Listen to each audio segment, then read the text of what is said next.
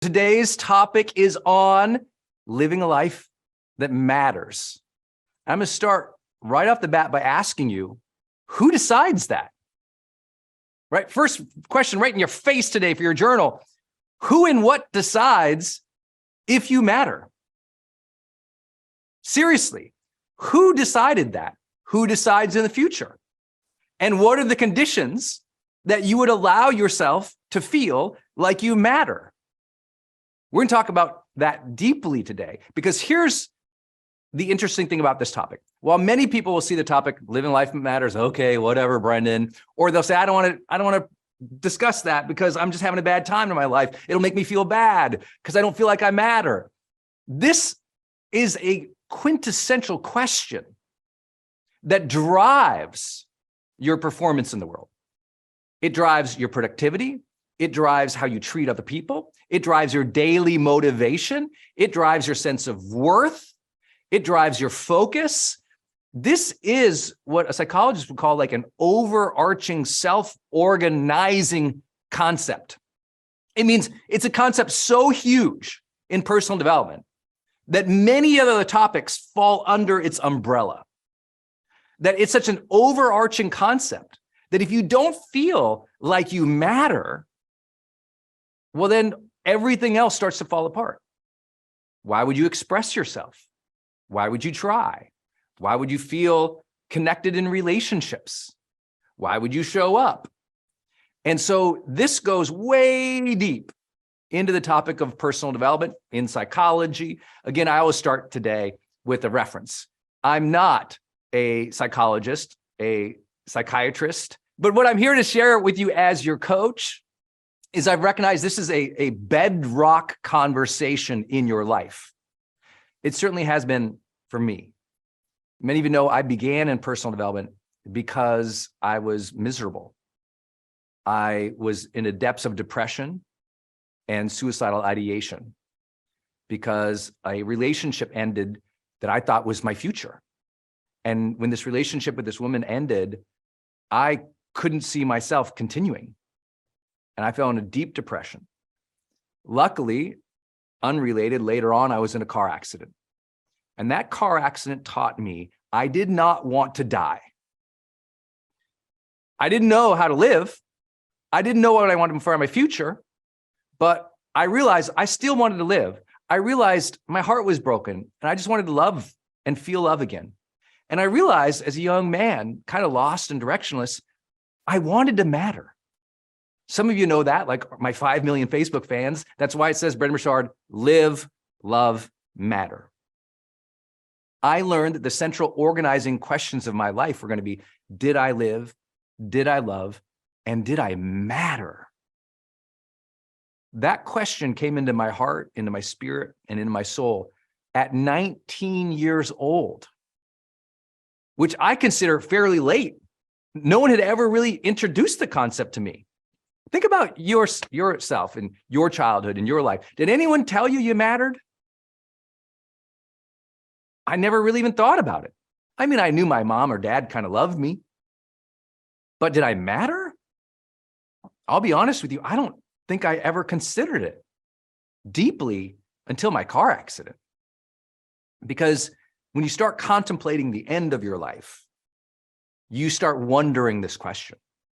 The problem is so many of us grow up in fear of death that we never even think about it. And because we don't think about it, we don't develop our own life philosophy around it, this question becomes essential. Who and what decides if you matter? And what's happened for most people in their lives is that a group of people chose this for you. You didn't consciously choose it. Maybe you didn't consciously educate yourself on it. Maybe you weren't doing spirituality or personal development as long. Anyone else out there? Like, I didn't know to think about this. I didn't explore this deeply until my life had been threatened. I wish I had thought about it earlier. But I can also share that by having the understanding that do I matter, is a overarching, central, self-organizing concept in our human mindset. that it becomes something that's compelling. And what I want to do today, believe it or not, is make this a fun topic for you, because it's such a heavy topic for so many people. They avoid it for so long. They would see the thumbnail for this later on, living a life that matters, and they'll never click on it because they're scared to approach it, or they've never thought about it before, or they don't think it's that important. But I'm here to tell you, this is a central organizing principle in your life. So it's an important one. And that is why here in Growth Day, we've dedicated this entire month to this topic. Because I believe when we get to this question, we get to this feeling, this meaning, this connection, suddenly our sense of self and worth grows. Our ability to create great relationship flourishes. Our sense of the day magnifies and reignites. It's a beautiful topic. I also think it's a fun topic. And so we're going to talk about that today. And forgive me if we go deep, but we got to go deep. So let's have some fun doing the work. Bust out your journal, bust out your notes. Know this is an important concept. And just from a simple, elegant way to baseline all of us, let me ask you this. On a score of 1 to 10, how much do you feel like your life really matters right now? 1, not, it doesn't. I'm out. I don't feel good. I don't feel connected. I don't feel like my life matters to anybody or myself. 10, dude, I feel connected. I feel like it really matters. I feel like there's a reason, there's a purpose. I'm here for a reason, and I'm connecting with other people in such a way. This really matters. Where do you feel on that spectrum? And maybe we can revisit today in your journal this question. I know not all of you are dorks like me and will journal as much as I journal in my life. But how many of you can see that this might be a question you could journal for an hour on this singular question? Anyone else see that? That one right there. Who and what decides if you matter? And how has that driven your life at different stages of your life? Who and what decided if you mattered from the ages of 0 to 10? From the ages of 10 to 15, from 15 to 20, 20 to 25, 25 to 30, 30 to 35, 40. Like, tell me, in the different areas of your life, if you wanted a full day journal session, you want to give yourself a personal development workshop, take this question and apply it to every 5 years of your life. I think you would have an astounding opening to self-awareness. This is one of those, again, such a powerful driving conversation that's why we do this stuff of personal development. Literally, this is a day-long personal development seminar for you. One question, the eras of your life. Who was deciding it? Were you? Were they? What were the conditions or the factors that made you feel like you did or did not? Work it through. There's your therapy session for the day. Okay, I'm not a therapist. Oops, shoot. Okay, so who drove it? Let's talk about it. Let's talk about it. Who drove it? Here it is. Here's what drives it for most people. Was it your parents? Did your parents drive it? Did your peers drive it? Did a sense of purpose, like the thing you were supposed to do that day or supposed to do in life, that bigger future-oriented goal of contribution or meaning? Did how you show up in the world, performance, like you got it done, you made things happen, you achieved? Did presence, just the way you feel about the day, ladies and gentlemen, tends to come from many of those people or conditions in our life. Powerful thought, right? Powerful thought. Often for people, well, you know what? I don't feel like I mattered because my parents were detached. My parents were disconnected. My parents didn't love me. My parents abused me. My parents ran from me. My parents abandoned me. My parents did this, this, and this. And a lot of people carry that into adulthood. And I mean, they carry it in a way in which it limits them, halts them, harms them, shames them, hurts them today. And I was telling people, if you don't feel like you matter, and you feel like that's related to your parents, and you feel like that's still making you feel bad about yourself, and you're above the age of 19 years old, I want to tell you, you're not a teenager anymore, babe. Get a therapist. Do the work. See, while we are a personal growth platform, we often talk about the more therapeutic side of personal development and recommend that go see a mental health professional. Go talk to a therapist. If you feel like who you are and how you feel about yourself today as an adult is being drugged down by how your parents told you you matter or don't, that's the work. Get the help. Talk that through. Process that. That's the science and the benefit of going to a therapist, right? That's a conversation that you got to have and think through and reorient. There's nothing as an adult that should be limiting you based on whether or not somebody in the past told you you mattered or not. And I'll come right back to this thing. I know people who they still, I'm not lying to you. I know a 50-year-old man. He's 50, and he still feels inadequate and lacks confidence and success in his life because somebody, when he was 15 years old, made fun of him and made him feel ostracized in high school. Now, let me tell you that. Not only is that an incredibly normal experience at the age of 15, that you'd say, of course. I mean, how many of you felt that? Anyone in the chat? Anyone ever felt like you're 15, you had a bad thing, someone was mean to you, somebody bullied you, something? That's normal. Being around a bunch of kids who are unconscious, who aren't taught personal development or social compassion in school, not a surprise. There's bullying and junk and mean people that happen to you when you're 15 and younger. But let me share this. If that's still affecting you at 50, and I consider 50 a young age, just for the reference of everybody here, but if it's still affecting you at 50, you can't blame them no more. In fact, I personally believe if we did a better job in schools, we could teach kids they couldn't blame them at 16.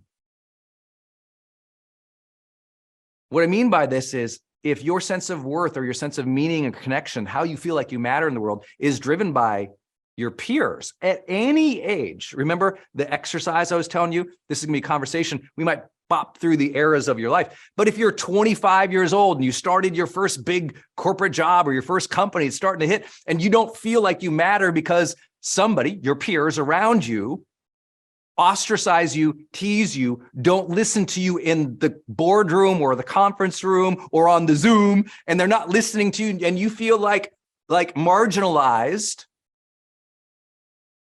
how long do we get to blame them and their behavior for how we feel? I've learned that one of the most important and driving forces in the human psyche is the moment that we take back control of our own sense of worth, our own thoughts, our own emotions, and we take back that control. We take back the meaning apparatus of our brain from others, from circumstances. And we become more self-determined, more self-reliant, more conscious, more mindful. Whatever phrase you want to connect to this today, it's the simple and elegant idea that you get to be the decider. You get to be the decider whether or not you matter. You get to be the decider whether or not you are of worth. You get to be the decider of your feelings and your thoughts over a period of time, even if this morning they made you feel like crap. See, personal power means someone can make you feel like crap in the morning. That's an emotion. That's just real, right? There's a reaction there, stimulus response. If you're not highly conscious, that stimulus response goes right to, I feel terrible, I feel awful, I feel abandoned, I feel hurt, I feel shamed, I feel unworthy, I feel not good enough, I suck. And the longer you've done personal development, the more you realize their behavior is not whether or not you matter. Their behavior is coming from a place of whether they feel like they matter, not about you. And so you say, okay, well, let me take away a little bit of that power I've been giving to the world to define my worth or the meaning of my life. I'm really excited to talk about this month's topic, which is how do you create remarkable and long-lasting friendships? And I'm talking about the kind of friendships that you love, the friendships that bring you alive, that bring you that connection, that help life feel more even meaningful, that help you progress and feel supported, help you be seen, help you feel a true connection with not just others, but with humanity, because the people around you are awesome. And when the people around you are awesome, you know you feel better about life. But we also went through this crazy last 18 months where so many people were isolated, where we had so much turmoil, so much conflict, so much in just uncertainty and fear in the world, where I really believe friendships really elevated, and you could see whether or not you had great friends throughout this pandemic or you didn't. You were able to see whether or not you got the support that you needed, whether or not you were able to maintain your sense of vibrancy in some of those times of aloneness, whether or not you had people who cheered you on when you decided to make a transition, start something new, or the kids left the house, or you got sick, or something was going on that was difficult in your life. We look to our friends. And I think that this is a very undervalued conversation in mental health. So much about the mental health conversation is appropriately about self-awareness, it's about mindfulness, it's about taking care of our stressors, and a lot of it is that solo work that we all have to do for self-mastery. But I can tell you that the great universities of the world, the psychology department is right near the sociology department because they go together. Like, we are social beings. And when you lose that social connection with the world, which usually starts through lack of disciplined habits with your friends, then suddenly life loses its color. And I think this is so important. You're going to hear me talk about friendship today in a way you probably haven't heard before, very much from what we would call a high-performance psychology perspective. And I think you're going to love this. So if you've been struggling with friendships in your lifetime, not either having enough friends or not having the quality of friends that you've always wanted, this is a serious conversation today. I can't imagine a time, at least in my life so far, where friendships were so incredibly important. I get to share some of the things that really have worked, not just in my life and my friendships, but in studying this work deeply over the years, in recognizing how many people are entrepreneurs, high achievers, people who are trying to make great impact in the world. You're here today, and sometimes that journey can feel very lonely, or when you get to the top, it can feel lonely, they say, and I'm like, I kind of believe what my friend Brian Tracy and mentor said to me one time. He said, if it's lonely at the top, you did it wrong. I thought, woo, that's good. That's good, because maybe sometimes we value today progress. We value today getting things done. We value that top mountain of achievement. And then we look around and go, oh, nobody really knows me. I don't feel a connection to others. Yeah, I got the thing, the house, the car, the bank account, the accolades, the Instagram page, and all of a sudden though, something's missing. And friendship is one of the greatest vehicles to the real psychology of well-being that we talk about here at GrowthDay. And I'm gonna share with you a secret today, just a simple phrase. You're gonna go, oh my gosh, that's why my friendships aren't going right. So you're gonna love this session. I say that triangle, right, of well-being that we talk about GrowthDay. Aliveness is one of the things we all want after we had everything else, right? Another thing we want is connection.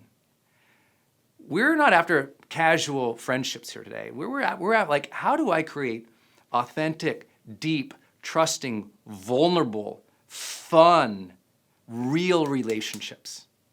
Because how many of you have ever had friendships that turned out to be fake? You thought you had a good friendship and that thing turned out to be not so good or poisonous, or, somebody they weren't loyal to you as a friend, or they lied to you, or, something went wrong. You thought, what? How could that happen in that relationship? And I always tell, friendships are a science of relationship, right? It's about how you create relationship with others. And I'm going to give you, again, a phrase that will really help you with this today. And then if it's true that we want aliveness and connection, this triangle, another thing that we want is meaning. Well, meaning isn't achieved just by living your purpose each day in your own head. Meaning is achieved through a social relationship network. My sense of meaning is, do I feel connected to the world? And the world isn't an abstract thing. It's not like I feel connected to the oak tree. It's like, no, did you make your difference in the world? That's going to be served and answered through your social impact, your relationships with others. And I have to tell you, I've been coaching people for 20 years of my life now, and a lot of people have one friend. In the United States, unfortunately, the number of people with 3 good friends has declined over the decades. You're like, 3 good friends? Oh, we got to talk about that, because some people stumble into friendships or hope for friendships.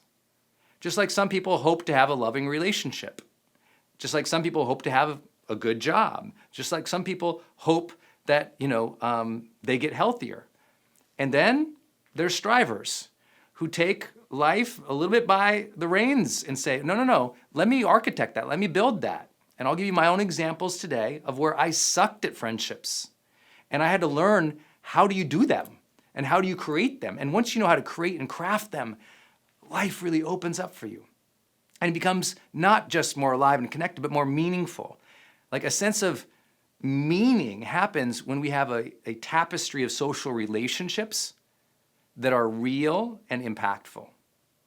And then, of course, in the middle of that triangle, you always see me draw out growth.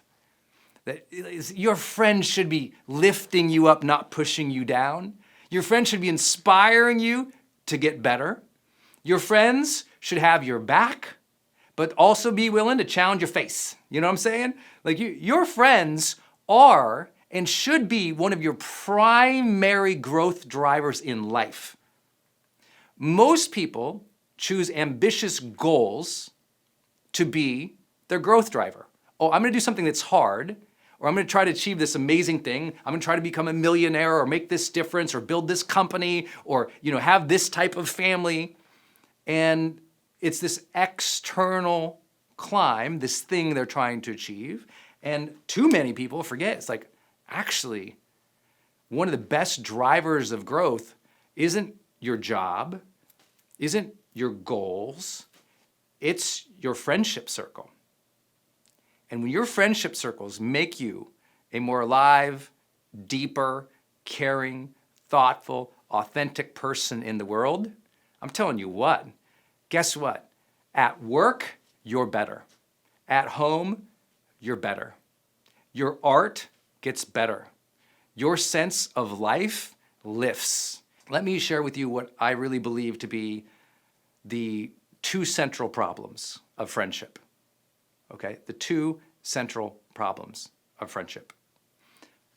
The first one is a failure of each of our own. I'm just taking this on myself as well.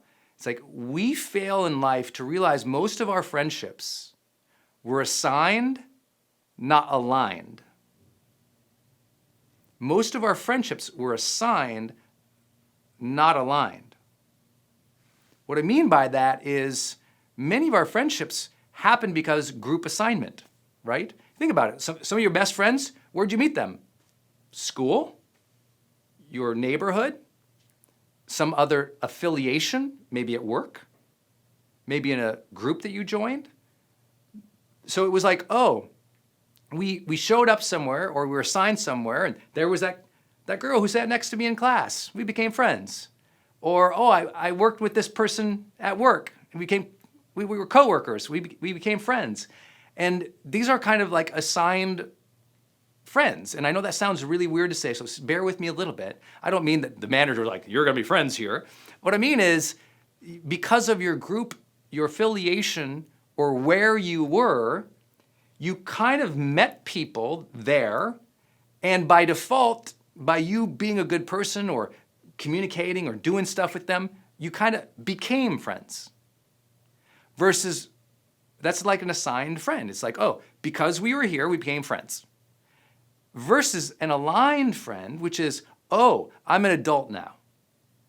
What are the types of friends that I want to create that align with my passion, my dreams, my lifestyle, my values, my beliefs, the things that I want of life, and let me go get them, not let them fall into my lap. Which brings up the second designation. And this is hard to say to people, and if you're in a place where you feel lonely in your life, or you feel like you don't have great friendships, I promise this will be so helpful for you today to even know how your own brain thinks. And many of us, and I was this way probably all the way throughout high school even, I never, and this is the second problem of friendships, I never made the deliberate choice to have remarkable friendships. I kind of ended up with friends. Anyone know what I'm talking about? Who's like ended up with friends? Well, if you kind of just ended up with like this person, it was kind of, my friend, one of my buddies he goes, I don't want no rando friends. And it was like random. Now, I love random. I love the universe. I love God. I love coincidence. Listen, I read the Celestine prophecy. People are glowing out there for me. I believe in that coincidence stuff. But I can also share with you, like, if you just allow randomness in your life all the time, you'll always feel a sense of mediocrity too. We have to stretch. We have to choose our life. And to choose our life, we have to be deliberate and go, what kind of life do I want? I would like you to learn to architect your ideal friendships. And can you get all of them, and will all your friendships be perfect? I'm not that guy. I'm not here to promise everything's gonna be sweet and perfect and peaches in life. I am here to suggest, though, that if you haven't deliberately chosen the types of friendships that you want, that's a problem, especially if you're an adult, right? And that's the thing is, we're not encouraged to do that.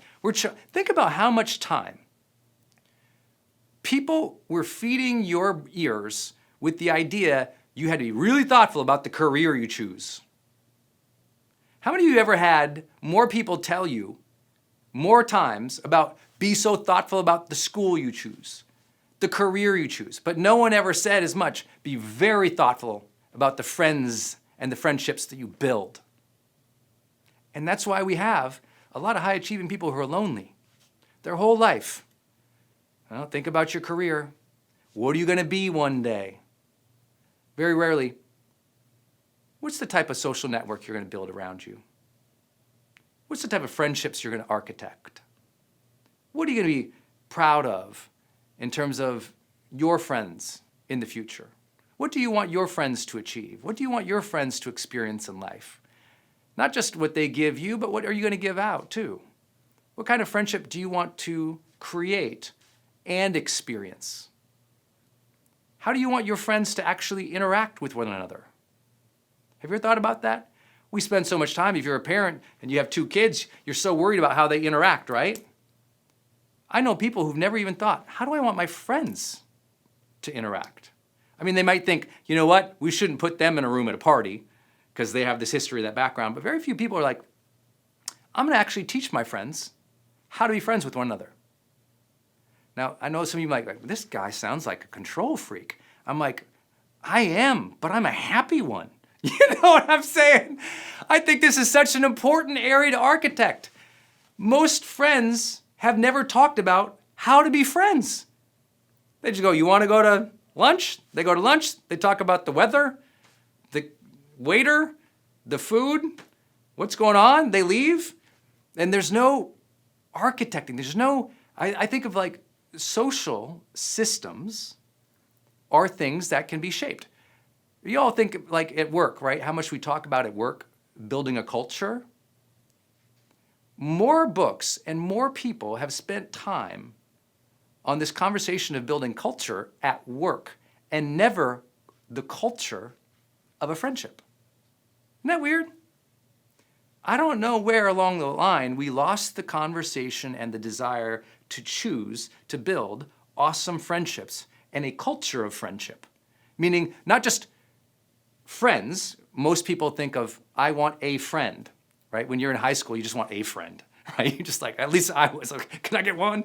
You know, it's like, you worry about having friendships when you grow up. And usually that means you think, and we're all trained this way, especially in Western cultures. We're taught to have a friend, and we think in a very individualistic mode. I and this person are in relationship, and then you have another friend. I and this person are in relationship. And maybe you go out and you try to get them together, and we have a party. But even at the party, it's individual nodes, me, that friend, and this friend. And I don't get trained as I'm getting older to think as a systems social architect. Oh, wow, look at all these nodes, if you will, these friends. If I like each of these people and I have a relationship with each of these people, why don't, in some way, I weave them together and create a tapestry of friendship where I'm actually connecting the dots and creating a culture of friendship? See, we don't think like that, do we? I was a very kind of solitary child. I was kind of in my own little world. I don't know about you all, but I was definitely, I would be like an introverted kind of child. I kind of kept to myself. I like to play with my toys kind of by myself. In elementary school, from what I can remember, I was kind of solo, Brendon. I didn't see social systems, right? I was in a class with kids and a teacher, and I had a relationship with the teacher, and I had a relationship with this person, that person, or not, but I couldn't see the class. I couldn't say, oh, like this group is kind of like this. Instead, it was just like, she likes me or she doesn't. Teachers like that. I didn't see the system. Today, I'd like you to try to see the system a little bit. See the system of the friendships you've built in your life. See the system at play at work. See the system of your culture or your nonprofit or your company. When you can start seeing a bigger picture and get out of your head a little bit, now something happens. There's connection, there's community. See, everyone says, I want community. I'm like, well, you can't be an individualistic person in the community forever. You have to elevate to seeing the system. If you'll never be a community member or an effective one or a helpful one if you can't get out of your head. Well, I'm saying that not as judgment to you, that was me. So there's no judgment here. If you don't have friends, I'm telling you my story too. I was a solo person. I was in my own head. I couldn't see the class. I couldn't see the system. And so I felt apart. And because I felt apart and I couldn't see what was happening and I didn't know how to engage, I was lonely. And then when I finally made a connection with a friend, that friend became my life. Later on, that perpetuated into, some of you guys know my story of my first breakup with my high school sweetheart. I was destroyed because that was my one person, right? That was my one node in the world. And then when that relationship fell apart, I fell apart and became depressed and suicidal. And so how we relate with one or multiple people can completely shape our mental health. I know you already know that. And so I had to learn, wow, one, I don't want to ever be dependent on one friend. I want to build a support system. You ever heard that language before? No one says, go build a supporter. I want you to listen to the language of successful people. When successful people are speaking, they never tell you, go build a supporter. They say, go build what? A support system, a support network. Oh, I got to get out of single node thinking. A node is one individual unit. And I got to get into the system. I got to stop thinking, does Sally at the class next, does she like me? And if she likes me, my whole life is good or bad or ruined. And I got to go, there's a class here. There's an energy, a vibe, a spirit. There's rules and norms. There's a culture here that is happening. How do I want to participate in this? And how do I want this culture to happen too in ways that I can affect? What do they want? And we all have to start thinking about that more in a society in which we're supposedly connected, but we've actually become individual nodes in the network.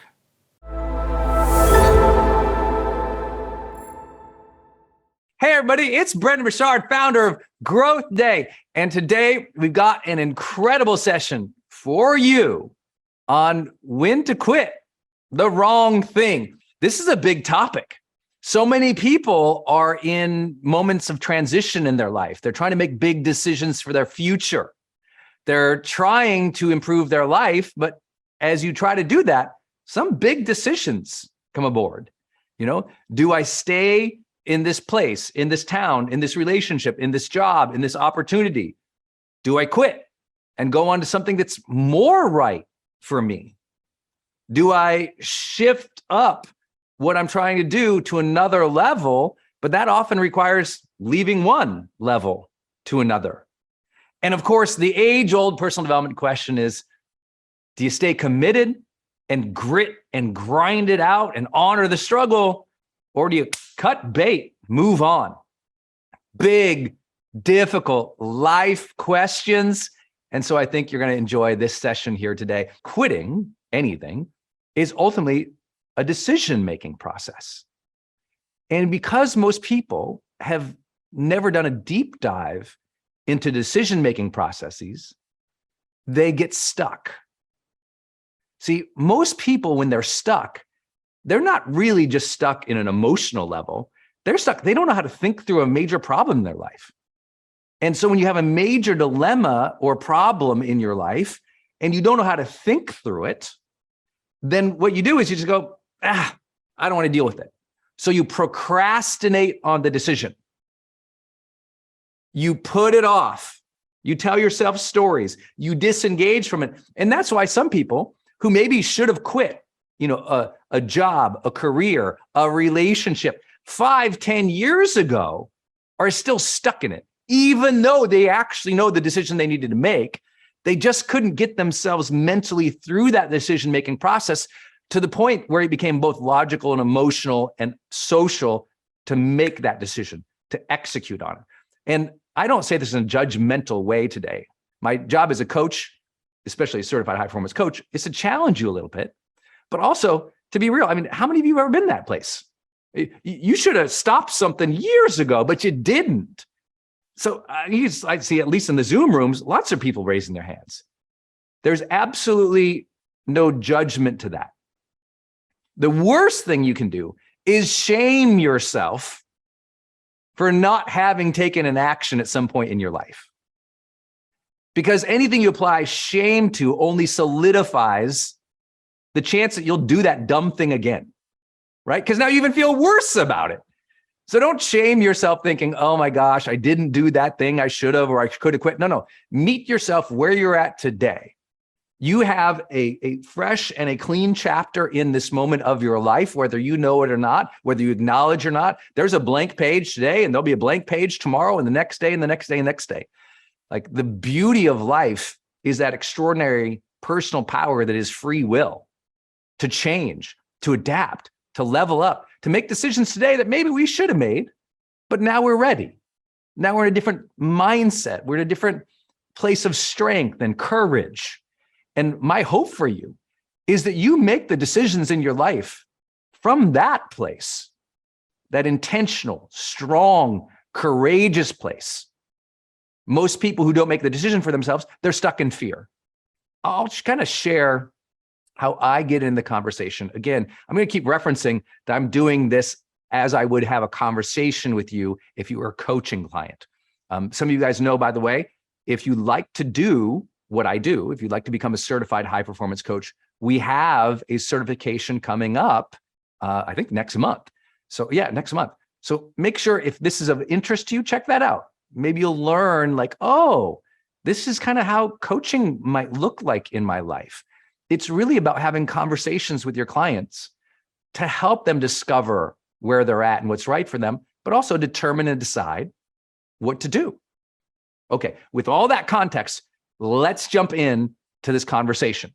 All right, let's imagine that you're working with a friend or a client and they tell you they want to quit something. Where do you start that conversation?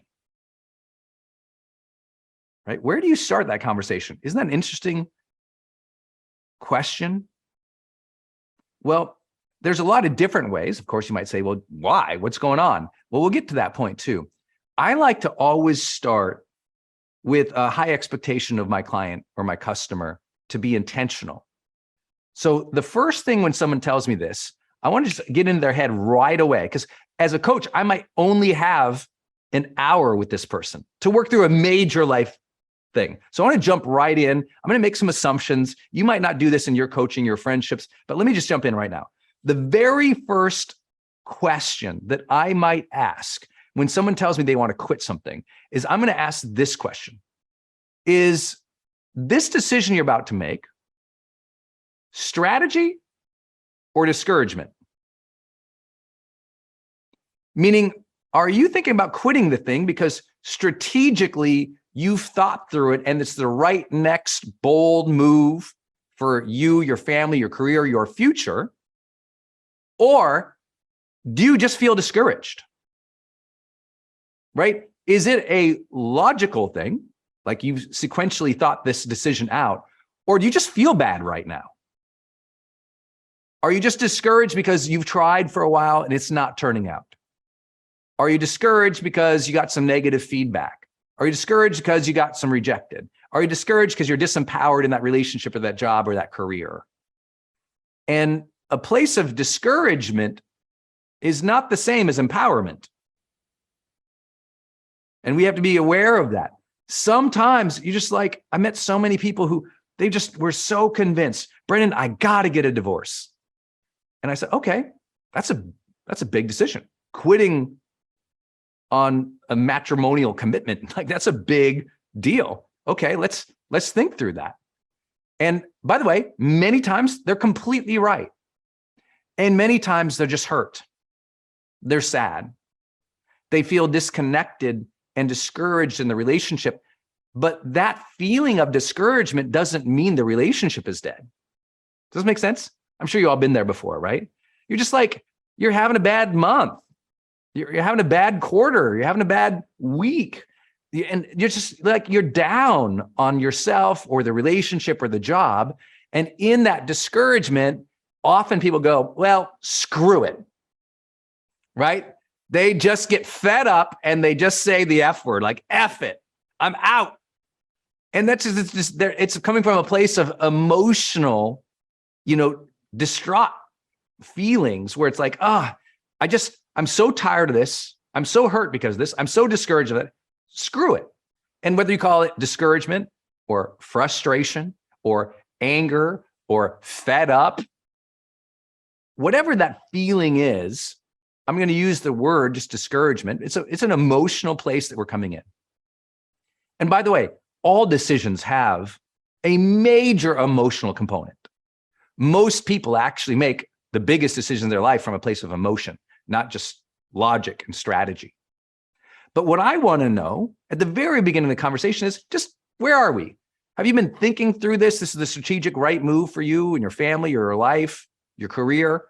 Or are we just kind of in a fed up place, a hurt place, a discouraged place? Because some people, they don't need to quit the thing. They need to learn to manage their emotions. That's a very different thing. Because many people, they're in the right thing, but they're lacking that emotional connection or emotional intelligence to deal with the realities of it. I'll give you an example. I don't know who's ever had a hard job before. Like, it was hard and you were failing and you sucked, or maybe you started your own business and the first year, it was terrible. You felt like a failure the whole time. People are like, why are you doing that? Spending your time there. The neighbor's making fun of you, talking behind your back, and you're like trying to get it going, and you're putting so much into it, and it's not happening. It's discouraging. And you go, well, I'll quit this opportunity. I'm just going to quit this effort. I'm going to quit my dream. Well, the reality is maybe the dream was strategically the right decision. The opportunity was strategically a good bet. But what happened was you got emotionally hooked, and your feelings of how you're dealing with that difficulty made you make a decision to throw out the thing, when really, if it was the right thing, you needed to learn to manage your emotions better. That's really hard, right? And so knowing that, if that's true, what I just said, that's a conversation I'd want to have with my coaching client. Like, where's this coming from? Just trying to understand, is this a strategic choice or an impulsive decision driven by emotional management?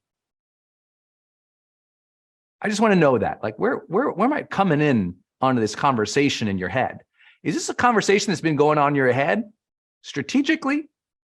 Or is this a feeling in your heart that's an impulse? Even if that impulse is, what people might call, intuition or higher guidance, I still just want to know, where are we here?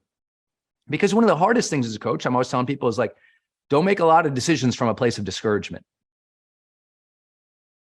Beware of that. Discouragement equals disempowerment. I want you to be in a good place, a good state of mind, a thoughtful and a strategic mindset before you just throw out the thing, quit the relationship, quit the job, quit the dream, especially if it's right. If you're in the right place or the right relationship or the right job or the right career or the right industry, the right moment, just because it feels bad doesn't mean you should quit, right? In every relationship, there's going to be a time when it feels bad. In every new startup, every new entrepreneurial idea, every company, there'll be times when it just feels bad. That's life. The strategic mind has to say, okay, even though this feels bad, if I'm in the right place, can I learn to honor the struggle? Can I learn to turn that discouragement into curiosity or even interest? Can I learn to take that disempowering feeling and find a way to bring joy into this thing that right now kind of sucks? I remember, and this applies at the most simplistic levels in our lives. It really does. How discouragement allows us to quit things. I'll give an example. Have any of you ever applied for a mortgage? Anyone ever gone through? How about any entrepreneurs? If you've been an entrepreneur and applied, if you're an entrepreneur and you've applied for a mortgage, that is a particular kind of hell. That is they don't believe in you. They don't trust your income. You might earn more than your neighbor. They don't believe you. It's an awful process. I've been through it multiple times in my life. And every time I'm like, after the fifth call or the millionth request of a document that's stupid, I get discouraged. I get angry. I get fed up with it. I go, I'm out. Well, it's right for me to keep trying to get that mortgage for us to get the house. That's a strategic right decision. We chose the city, we chose the house, but I get discouraged in the process and I'm like, screw this. And I want to quit. And Denise, my wife, she's always like, it's just paperwork. We'll get through it. Let me help you with it, or let's do this. And she'll save the day. Because for me, paperwork is a lot of pain. So you see how that's so small as an example? Such a small, simple thing. You quit things that are just paperwork things to get you towards your dreams. Think about that. Think about how many times you've just thought, I don't want to fill out this loan application. I don't want to have to reach out to them. What you do is you get discouraged, frustrated, or fed up with the process, and that emotional thing has you quit the thing that is required to get the strategic good outcome. And as soon as you realize that, like, whoa, I'm just giving up. I'm giving up on the right thing because I feel the wrong way. You really got to get your head around this one. Like, this is a major decision, right, in your life. You want to be thoughtful and strategic and intentional about it, not impulsive or acting from discouragement. Now, I know therapists on the line who's, Brendon, oh my God, you're such a terrible coach. Don't you realize that people, should listen to that discouragement? I'm like, oh yeah, absolutely. I just don't want you to live there or make all your decisions from that place. You can listen to discouragement. You can feel fed up. Notice I'm not taking away the emotion. In fact, the whole goal is here, where are we coming from? We're trying to seek awareness. I'm okay if you feel it. We're in fact going to go deeper into the conversation about what the pain really is or what our awareness to our circumstances. We'll go there. But as a coach, I like to go right here because I've learned so many times that when people first propose quitting a marriage, a relationship, a job, an opportunity, their first proposal of, this is stupid, I'm going to quit, is impulsive, not strategic. And I, again, as a coach, when they first throw it at me, I want to know where they're at. Okay. So if we can just start with that framing, it's going to help me get through this. You'll hear me use the term discouragement quite a bit. Again, you might call it frustrated, fed up, overwhelmed, stressed, anxious, mad, angry. There's a lot that goes into it, but those to me are a disempowering place to make the decision for what's right, to make the decision to quit something. So to talk with you today about some big topics that you've been asking me about in coaching. I know lots of you are certified high performance coaches and you're in this place where you're like, okay, Brendon, I've got people who sometimes offer a lot of friggin' excuses and I don't know how to get over them because the same excuse comes up, or I don't know when it's appropriate to challenge people. So how do you challenge people respectfully, but still get the effect that you're after? Some of these big topics are what we're going to be taking on today. I'm trying to do it so I can have a little bit to show you all of how I actually do my coaching sessions and the tools that I use today. One of them is super simple. It's a little excuse chart. Hope you caught that, wrote that down in your notes. So I'll be sharing with you some things that really seem to work well when I am doing an actual coaching session to make sure that I get people really enrolled in the idea that they can do more, really enrolled in the idea that they can make their dreams happen, really enrolled in the idea that whatever topic we're taking on and whatever session of coaching that I'm focused on, that they really feel truly and deeply that they can move the needle, that they can make a difference. And I know that's why we're all here. Let's jump into a simple framework I'm going to show you, and then we're going to break it down for you. And this is literally, I got this because it's right over here on my desk. That's why I'm kind of trying to shoot this angle here for you guys today. But I have this chart next to my computer, and it just says excuses at the top. And then it's kind of like a 3-circle Venn diagram type thing. And most excuses people make, I'm always being conscious about where they're making them, right? So you've got personal excuses, you've got social excuses, and you've got operational excuses. Okay, let's talk about social. Here's the number one reason. I should say the number one reason. Here are the big 3 reasons that a lot of people don't do things because they're making excuses about things because they're scared socially to do things. So they make excuses because, number one, I really believe most people are terrified of embarrassment. They might call it something else, but they're scared of embarrassment. I just put this video out where it starts for the first line is, you're not scared to start your dream, you're embarrassed to be seen starting small.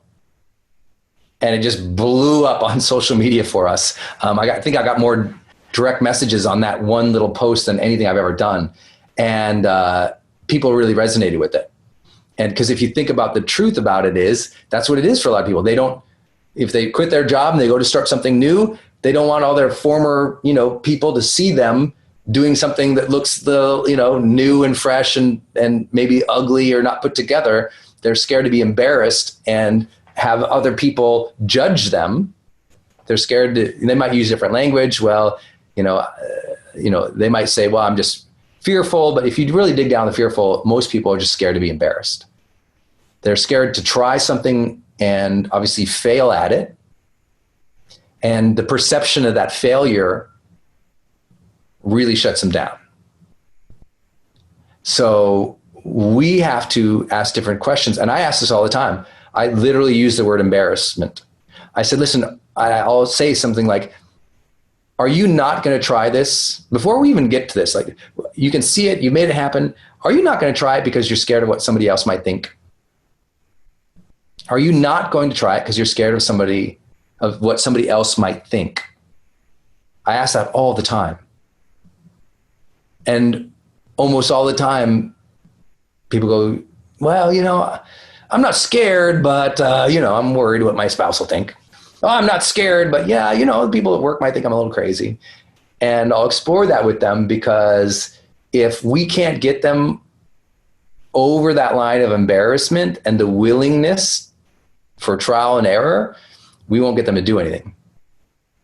And so my way through embarrassment for me is two different ways, just depending on who the person is.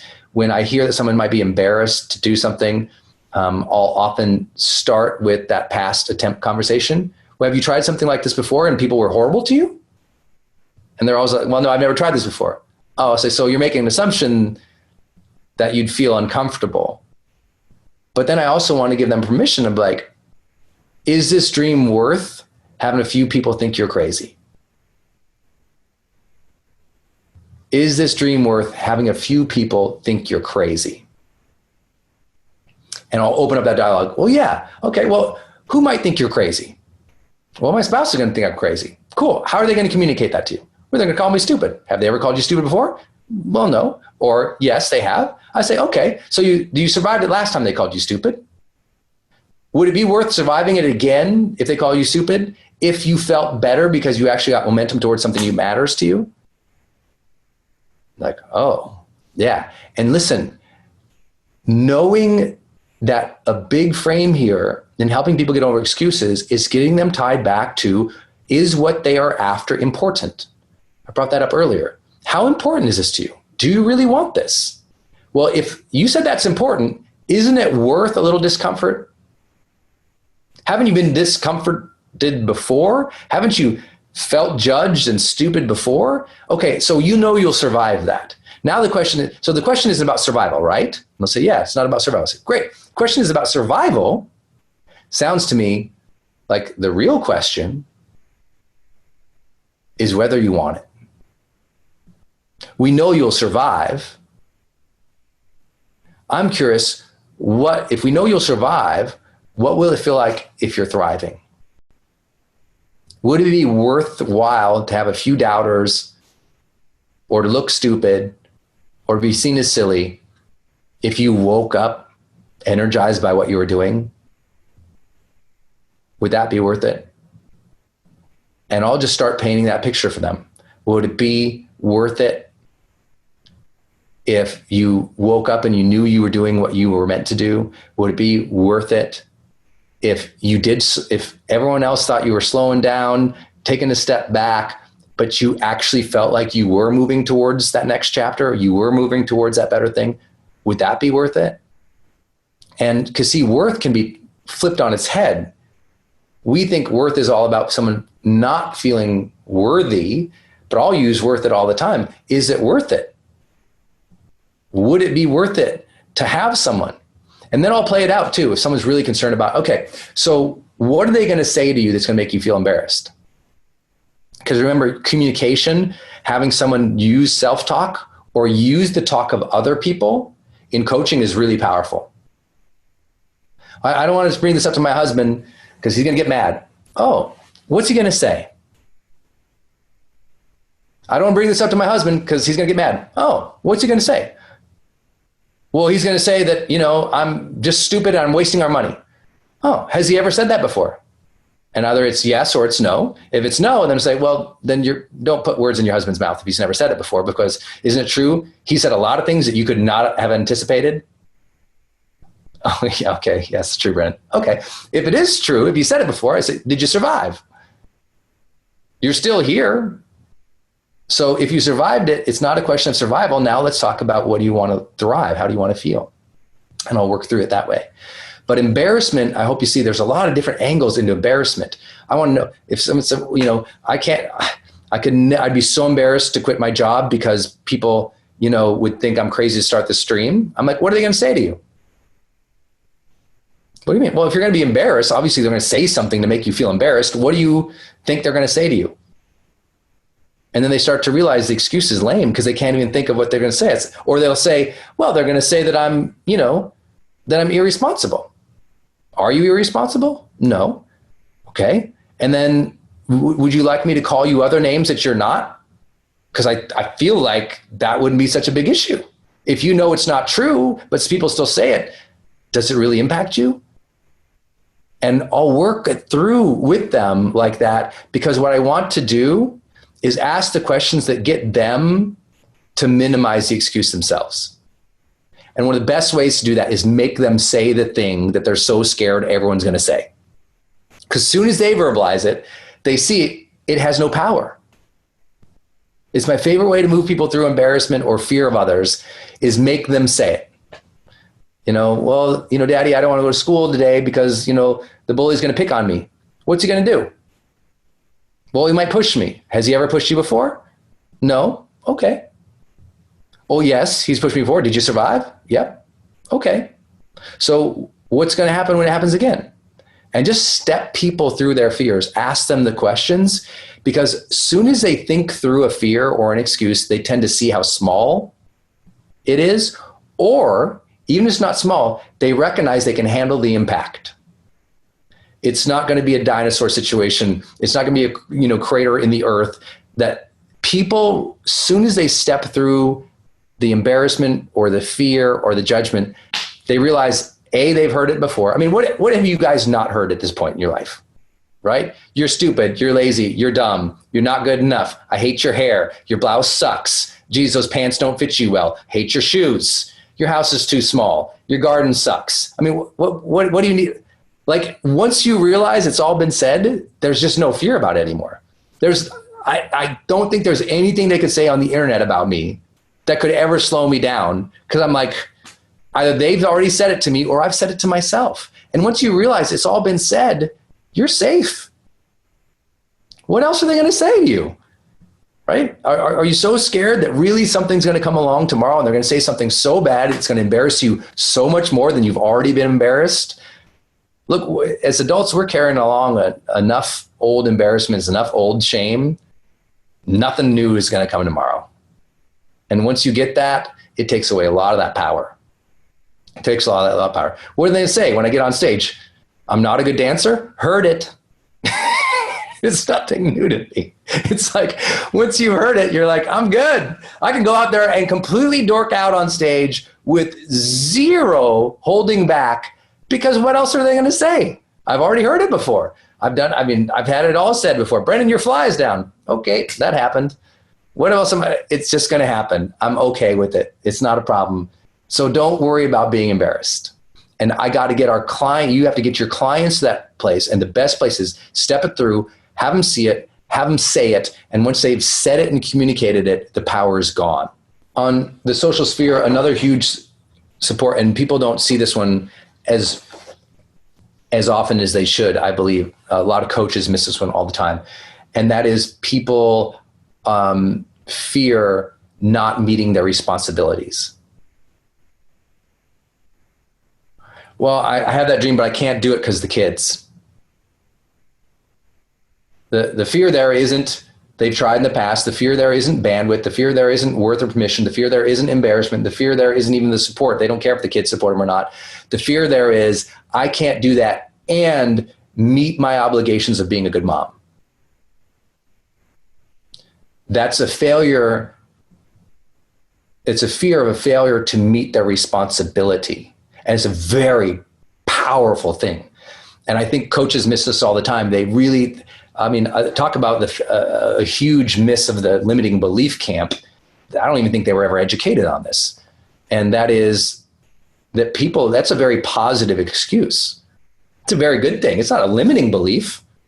It's a motivating and a powerful and a beautiful belief. I don't want to do that because that'd be irresponsible to my family. That'd be irresponsible to our family, to our finances. I would fail to meet the responsibility of my team. If I did that, I would risk my team's ability to pay their mortgages. If I did that, I'd risk the ability for us to have the lifestyle we have. I promised these people these things, and if I do that, I'd have to break those promises. I don't want to fail to meet my responsibilities there. That's a great thing. There's no limiting belief in that. That's human virtue coming out. That people will grab that human virtue and make it a vice. And I'm like, no, that's a wonderful thing. That's a wonderful thing. So the question is more often, okay, let me ask two questions. One, are you meeting those responsibilities well now? Tell me about that. You're worried about not being a good mom in the future. Are you being a good mom now? Well, I wouldn't be a good husband if I did this. Okay, are you being a good husband now? And I'll explore whatever that responsibility is they feel they need to meet. That's a great entrance point. Just talking about that. And inevitably, you'll find that people find more ways to do better with the responsibility. I'd be a better mom if I did this. I'd be a better dad if I did that. I'm like, okay, so you're always improving in this area, right? Yeah. Have you ever added more to your plate and still been a good dad? Been a good mom? Have you ever added any more to your plate and still remained a good person? Yes. Okay. So is it possible that you could pursue this dream and still meet the most important priorities and responsibilities of your life? Is it possible? No, it's not. Okay. Do you have any distractions that you deal with right now? Yes. Do you ever prioritize really horribly? Yes. Do you ever make any decisions in a week where you're like, oh my God, why did I do that? I just blew off an hour. Yes. Well, isn't it true then if you learn to prioritize better and get rid of more distractions, you could still meet your responsibilities? But if you just manage your schedule a little bit better, you could take this on. You could make this happen. But you're going to have to not get rid of your responsibilities, because I love that you have that responsibility. I admire you for that responsibility. That's virtue. Good for you for wanting to meet that. Now, isn't it true? You're just going to have to get better at time management. And it frees it from this, oh my God, I'm an irresponsible mom, to, isn't it true we could just get you prioritizing a little better each week? And yeah. And then we can explore that together. You've got to unhook that. People get stuck, they're like, I can't bust this. And what people try to do is they try to talk around it. Instead, I want you to acknowledge it. Whatever that responsibility is that they feel like they don't want to break, honor that, cheer that on, talk about it explicitly, and then point out the fact that they're probably screwing off in some other part of their life. And if they could minimize that, they could still meet the responsibility and still create the white space necessary to pursue the dream.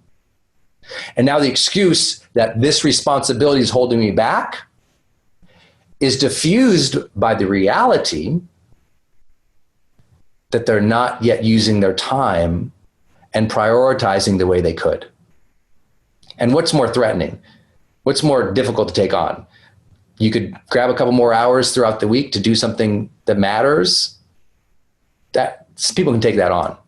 What they can't take on is any concern of meeting that responsibility. So I don't try to mess with the responsibility. I honor it, I cheer it on, I make sure that happens. I write it down in my notes. I'm like, okay. And you should always know, what are the responsibilities your clients are trying to meet? If you don't know those, you can get yourself really stuck in a long cycle of not having any breakthroughs with them. But if you know the responsibilities they're trying to meet, I hit those suckers like a hammer. Like a hammer, in every area of your life that don't even seem related. If someone tells me she's trying to be a good mom and we're in the energy section of CHPC and she's giving me excuses why she doesn't try to work out, I say, hey, you told me one time it's really important for you to meet the responsibility of being a great mom. Yeah. Well, doesn't being a great mom mean having enough energy to play with and enjoy your time with your kids? Yeah. Well, how are you going to have the energy if you don't take care of your body better? And now we're in a conversation with health tied to the responsibility. And so when you know the responsibilities of your client, I link those suckers up to all our sessions and I hammer those suckers in. And it's how I get such a depth of effect in my CHPC coaching is I know what's really important to them. And I'm always bringing that into each of the sessions. The sessions don't feel like separate away from what's important to them. It feels like the sessions are facilitating what is important to them. And I think that's the difference. When you're first going through CHPC, it's easy to just ask the questions and be in the session and in the questions, but not be in their life. And so I'm always attentive to what are the responsibilities they're trying to meet, and the sessions just facilitate that. This can be your day for personal growth. This can be that day you committed to and you remember and you go, that was the day I got myself a community. I got better coaches. I committed to making my life the absolute best that I could. This is that day. Make today your growth day. Click the button on this page and sign up right now.